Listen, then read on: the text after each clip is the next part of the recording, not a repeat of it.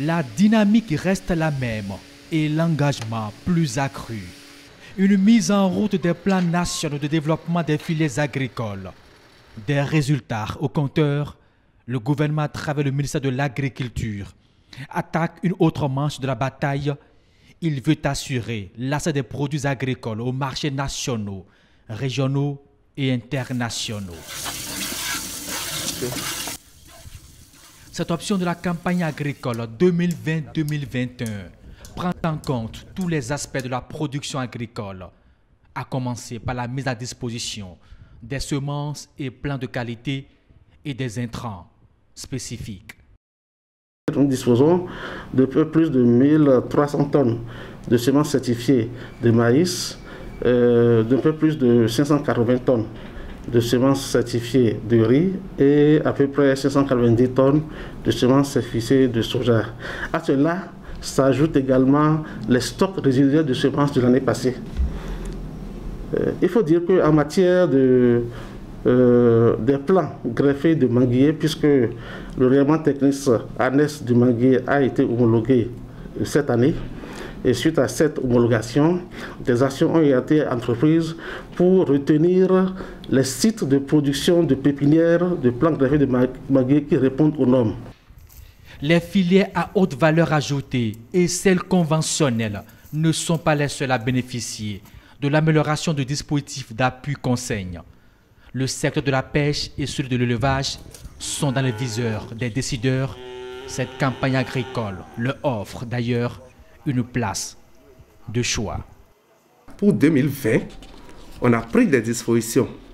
Au titre de ces dispositions, c'est que nous allons encourager, n'est-ce pas, la reprise de toutes ces exploitations. Donc, tout ça sera encouragé. On va encourager également la création de nouvelles exploitations, puisque le poste le plus cher, le poste qui coûte plus cher dans la production, c'est le poste aliment. Ça fait soit 65 à 70% du coût de production.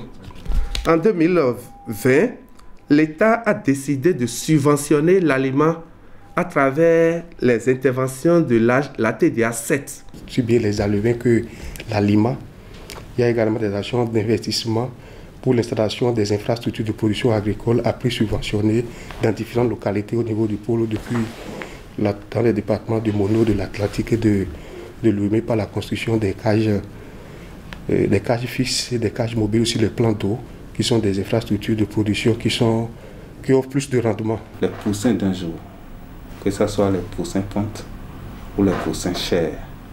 Aujourd'hui, les capacités de production au plan national couvrent autour de 50% des besoins.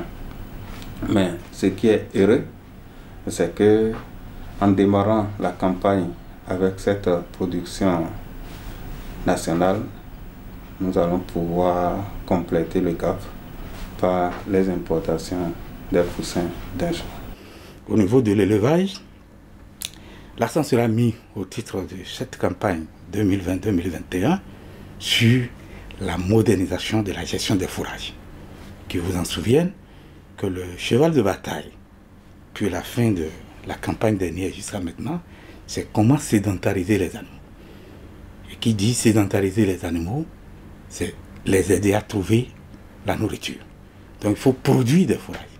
Et quand il faut produire des fourrages, il faut les produire de façon moderne et il faut en assurer aussi la gestion de façon moderne pour diminuer la pénibilité. L'année 2020 étant marquée d'un saut spécial, celui de la pandémie du Covid-19, aucune activité n'échappe à ses conséquences néfastes.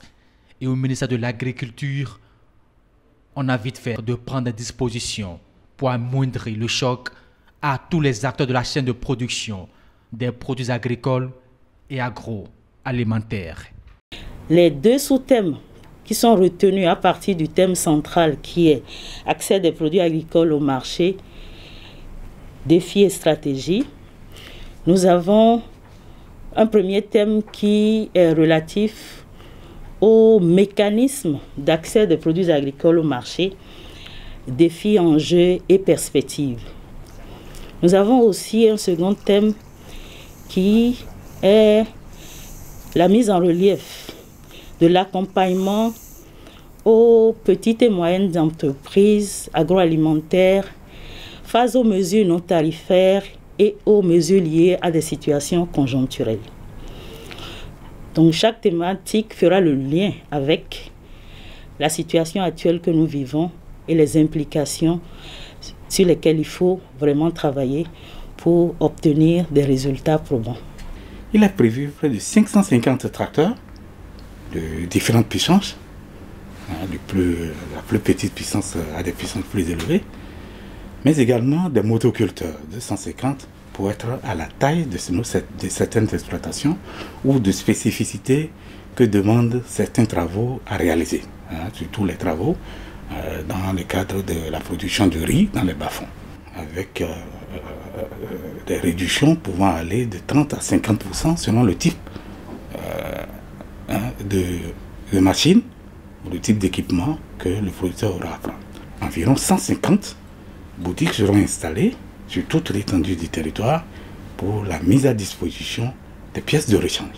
Renforcer son engagement aux producteurs, atténuer le choc de Covid-19, assurer l'accès des produits agricoles au marché. Des défis et des stratégies sont mis en branle pour une campagne agricole 2020-2021 réussie.